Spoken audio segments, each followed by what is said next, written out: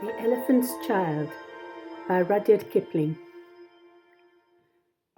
In the high and far-off times, the elephant, O best beloved, had no trunk. He had only a blackish, bulgy nose, as big as a boot, that he could wriggle about from side to side, but he couldn't pick up things with it. But there was one elephant, a new elephant, an elephant's child, who was full of satiable curtiosity, and that means he asked ever so many questions. And he lived in Africa, and he filled all Africa with his satiable courteosities. He asked his tall aunt, the ostrich, why her tail feathers grew just so, and his tall aunt, the ostrich, spanked him with her hard, hard claw. He asked his tall uncle, the giraffe, what made his skin spotty, and his tall uncle, the giraffe, spanked him with his hard, hard hoof. And still he was full of satiable courteosity. He asked his broad aunt, the hippopotamus, why her eyes were red, and his broad aunt, the hippopotamus, spanked him with her broad, broad hoof. And he asked his hairy uncle, the baboon, why melons tasted just so, and his hairy uncle, the baboon, spanked him with his hairy, hairy paw. And still he was full of satiable courteosity. He asked questions about everything that he saw, or heard, or felt, or smelt, or touched, and all his uncles and aunts spanked him. And still he was full of satiable courteosity. One fine morning, in the middle of the procession of the equinoxes, this satiable elephant's child asked a new, fine question that he had never asked before. He asked, "What does the crocodile have for dinner?" Then everybody said, "Hush!" in a loud and dreadful tone, and they spanked him immediately and directly without stopping for a long time. By and by, when that was finished, he came upon Kolokolo Bird sitting in the middle of a wait-a-bit thorn bush, and he said, "My father has spanked me, and my mother has spanked me. All my aunts and uncles have spanked me for my satiable courteosity, and still I want to know what the crocodile has for dinner." Then Kolokolo Bird said, with a mournful cry, "Go to the banks of the great, grey, green, greasy Limpopo River, all set about with fever trees, and find out."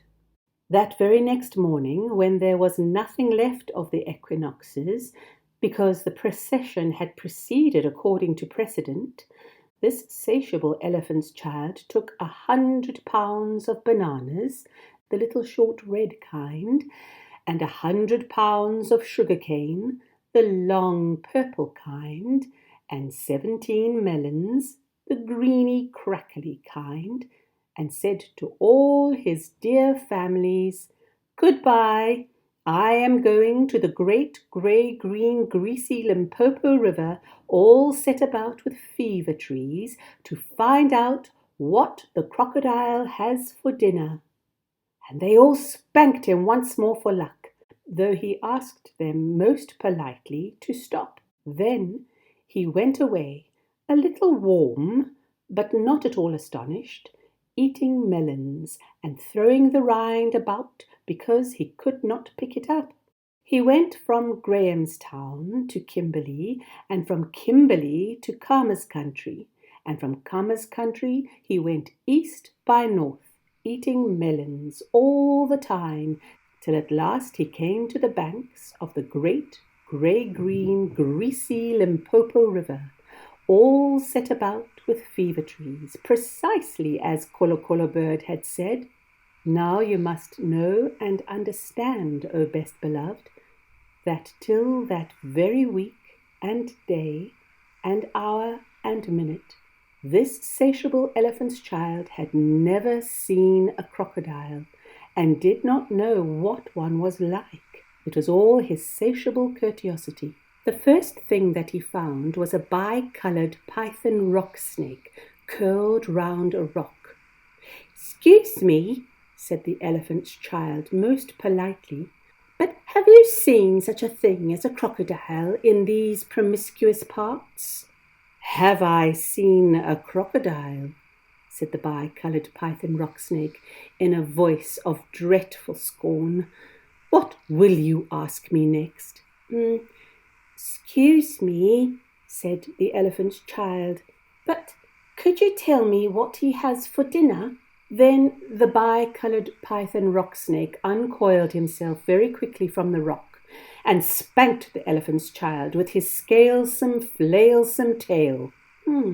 "That is odd," said the elephant's child, "because my father and my mother and my uncle and my aunt, not to mention my other aunt, the hippopotamus, and my other uncle, the baboon, have all spanked me for my satiable curtiosity, and I suppose this is the same thing."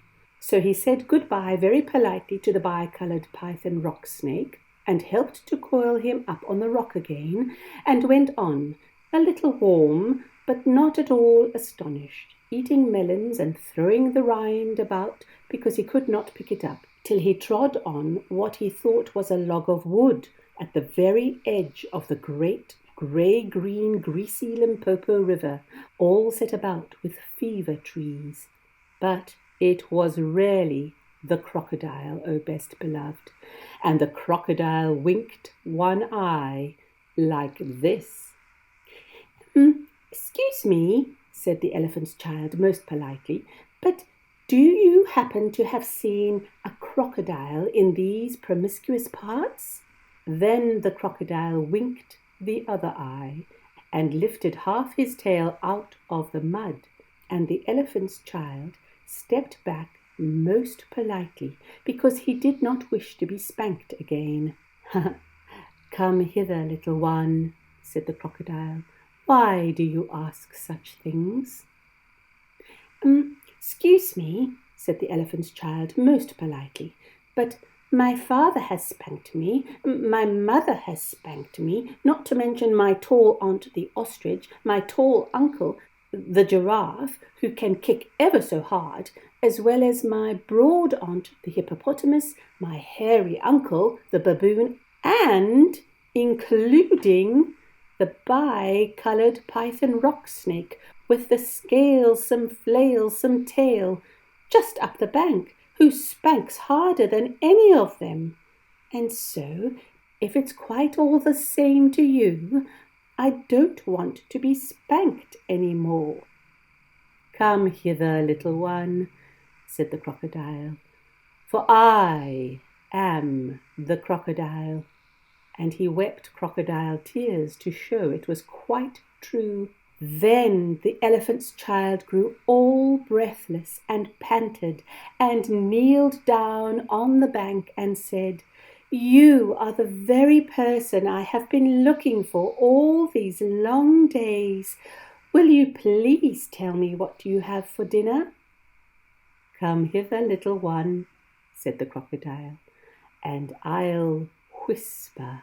Then the elephant's child put his head down close to the crocodile's musky, tusky mouth, and the crocodile caught him by his little nose, which up to that very week, day, hour, and minute had been no bigger than a boot, though much more useful. "I think," said the crocodile, and he said it between his teeth, like this, "I think today I will begin with elephant's child." At this, O best beloved, the elephant's child was much annoyed, and he said, speaking through his nose, like this, "Let go, you're hurting me." Then the bi-coloured python rock snake scuffled down from the bank and said, "My young friend, if you do not now immediately and instantly pull as hard as ever you can, it is my opinion that your acquaintance in the large patent leather ulster," and by this he meant the crocodile, "will jerk you into yonder limpid stream before you can say Jack Robinson." This is the way bi-coloured python rock snakes always talk. Then the elephant's child sat back on his little haunches and pulled and pulled and pulled, and his nose began to stretch. And the crocodile floundered into the water, making it all creamy with great sweeps of his tail, and he pulled and pulled and pulled, and the elephant's child's nose kept on stretching, and the elephant's child spread all his little 4 legs and pulled and pulled and pulled, and his nose kept on stretching, and the crocodile threshed his tail like an oar, and he pulled and pulled and pulled, and at each pull the elephant's child's nose grew longer and longer, and it hurt him hideous.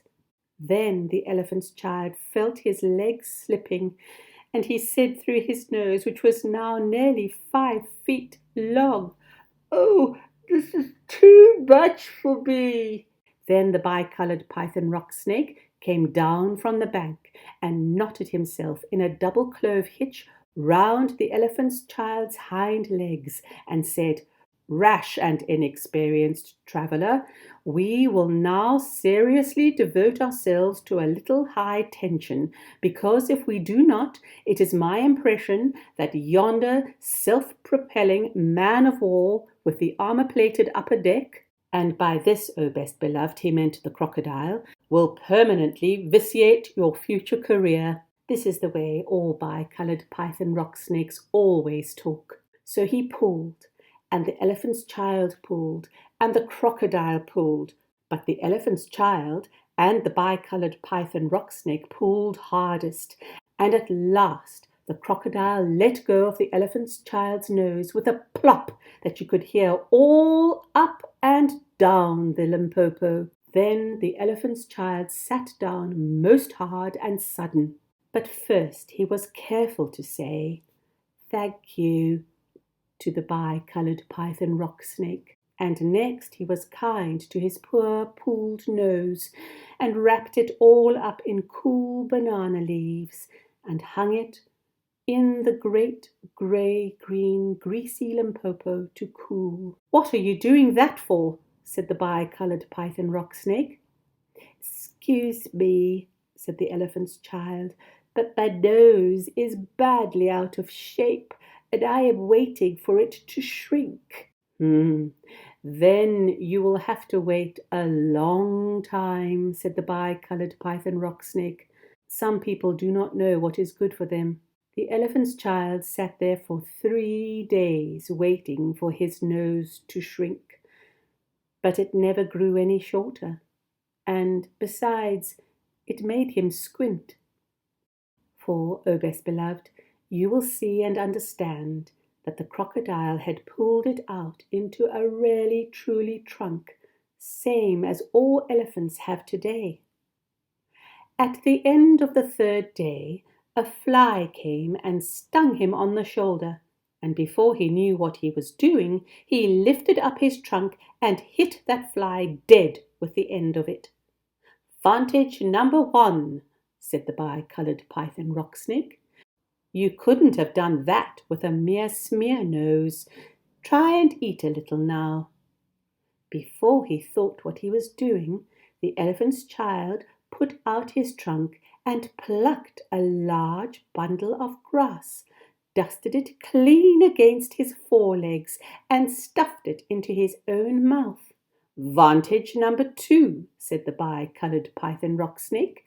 "You couldn't have done that with a mere smear nose. Don't you think the sun is very hot here?"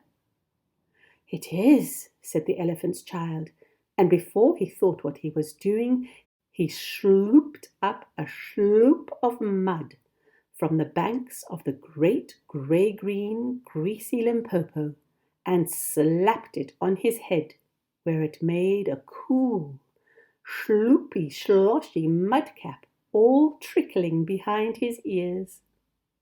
"Vantage number 3," said the bi-coloured python rock snake. "You couldn't have done that with a mere smear nose. Now, how do you feel about being spanked again?" "Excuse me," said the elephant's child, "but I should not like it at all." "How would you like to spank somebody?" said the bi-coloured python rock snake. "Oh, I should like it very much indeed," said the elephant's child. "Well," said the bi-coloured python rock snake, "you will find that new nose of yours very useful to spank people with." "Thank you," said the elephant's child. "I'll remember that. And now I think I'll go home to all my dear families and try." So the elephant's child went home across Africa, frisking and whisking his trunk. When he wanted fruit to eat, he pulled fruit down from a tree, instead of waiting for it to fall, as he used to do. When he wanted grass, he plucked grass up from the ground, instead of going on his knees as he used to do. When the flies bit him, he broke off the branch of a tree and used it as a fly whisk, and he made himself a new, cool, slushy, squishy mudcap whenever the sun was hot. When he felt lonely walking through Africa, he sang to himself down his trunk, and the noise was louder than several brass bands. He went especially out of his way to find a broad hippopotamus. She was no relation of his, and he spanked her very hard to make sure that the bi-coloured python rock snake had spoken the truth about his new trunk. The rest of the time he picked up the melon rinds that he had dropped on his way to the Limpopo, for he was a tidy pachyderm. One evening he came back to all his dear families, and he coiled up his trunk and said, "How do you do?" They were very glad to see him, and immediately said, "Come here and be spanked for your satiable curtiosity." "Pooh," said the elephant's child, "I don't think you peoples know anything about spanking, but I do, and I'll show you." Then he uncurled his trunk and knocked 2 of his dear brothers head over heels. "Oh, bananas!" said they. "Where did you learn that trick, and what have you done to your nose?" "I got a new one from the crocodile on the banks of the great grey-green, greasy Limpopo River," said the elephant's child. "I asked him what he had for dinner, and he gave me this to keep." "It looks very ugly," said his hairy uncle the baboon. "It does," said the elephant's child, "but it's very useful." And he picked up his hairy uncle the baboon by one hairy leg and hove him into a hornet's nest. Then that bad elephant's child spanked all his dear families for a long time, till they were very warm and greatly astonished. He pulled out his tall ostrich aunt's tail feathers, and he caught his tall uncle the giraffe by the hind leg and dragged him through a thorn bush, and he shouted at his broad aunt the hippopotamus, and blew bubbles into her ear when she was sleeping in the water after meals. But he never let anyone touch Colo Colo Bird. At last things grew so exciting that his dear families went off, one by one, in a hurry to the banks of the great grey-green greasy Limpopo River, all set about with fever trees, to borrow new noses from the crocodile. When they came back, nobody spanked anybody any more, and ever since that day, O best beloved, all the elephants you will ever see, besides all those that you won't, have trunks precisely like the trunk of the satiable elephant's child.